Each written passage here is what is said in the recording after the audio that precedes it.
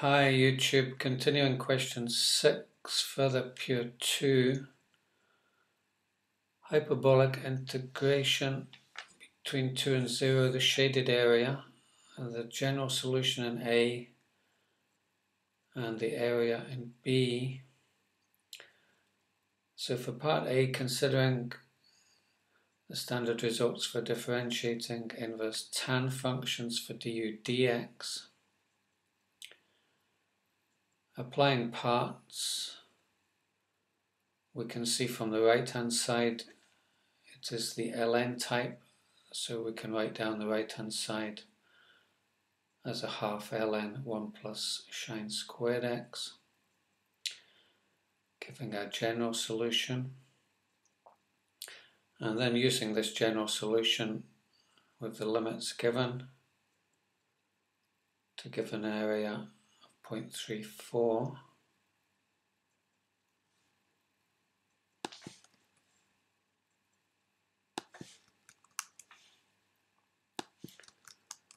So applying parts and the general solution.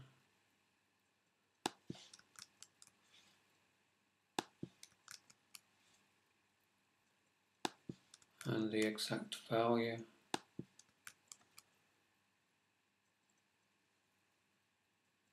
Question 7, a hyperbola, equation of the normal in A at P. Then we're given S as a focus and that PS is parallel to the y-axis. To find the coordinates of P and B, and given that the normal crosses the x-axis at R, to find the area of the triangle.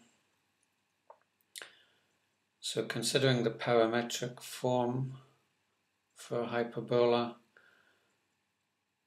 then x will be 4 sec t and 3 tan t.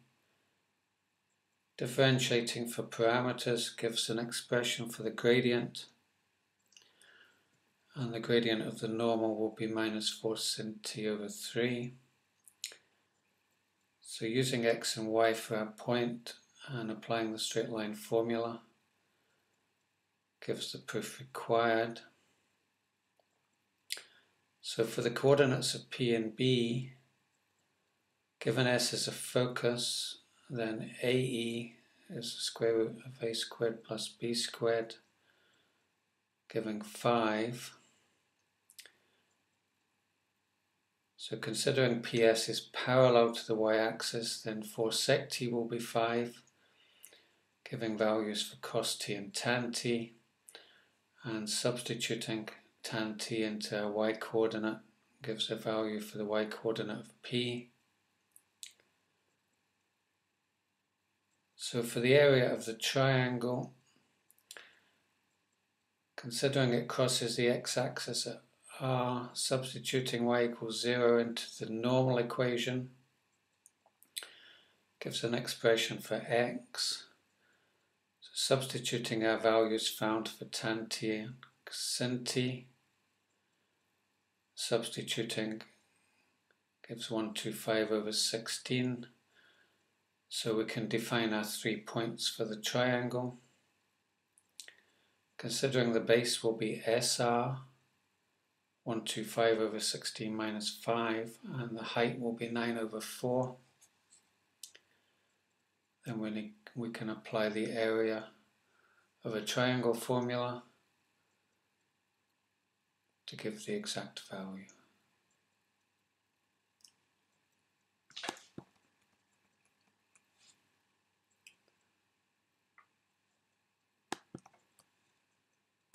So the gradient of the normal and the equation of the normal,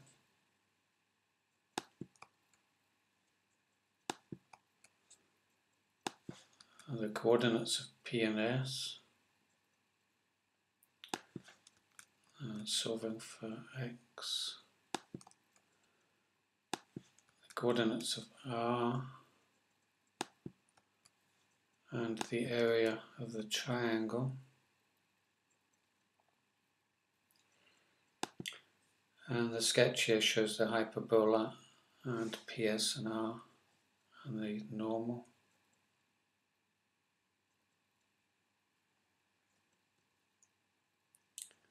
Final question in this paper, arc length to show dy dx is 10½ t in A, to show that S is 12½ t in B, to write down the intrinsic equation in C.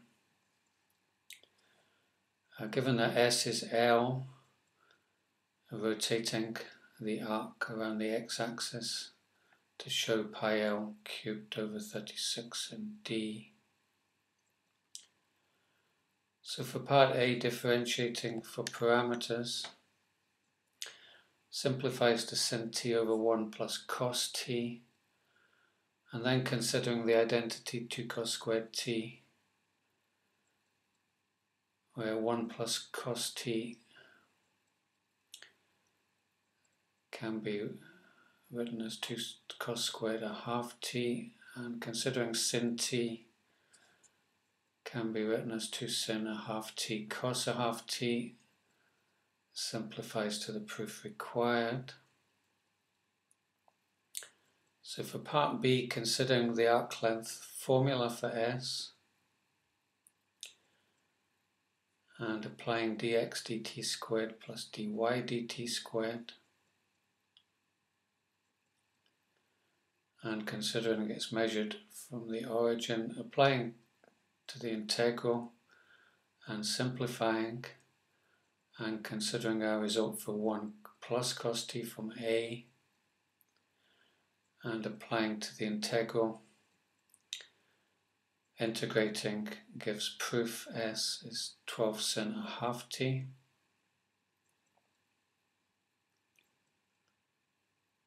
So for the intrinsic equation, dy dx is tan psi, so psi will be ½ t, giving S equals 12 sin psi. So for the curved surface area, considering S is L, considering the formula for surface area and using our results and applying to the integral, adjusting for 1 minus cos t and 1 plus cos t, gives the integral here. And so from observation we see we can use recognition. So using recognition integrates to 2/3 sin cubed ½ t. So considering S is L, then sin ½ t will be L over 12. So evaluating between the limits, substituting for sin ½ t and sin cubed ½ t, evaluating between the limits, the right hand side will be 0, and evaluating here evaluates to the proof required.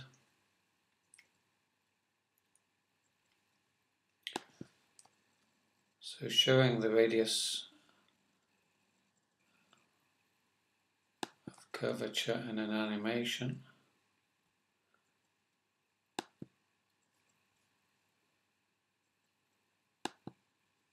The animation here shows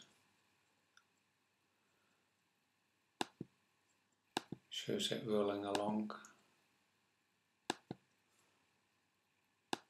the associated curve, the arc length. Thank you for watching. I'll start further Pure 3 in the next video.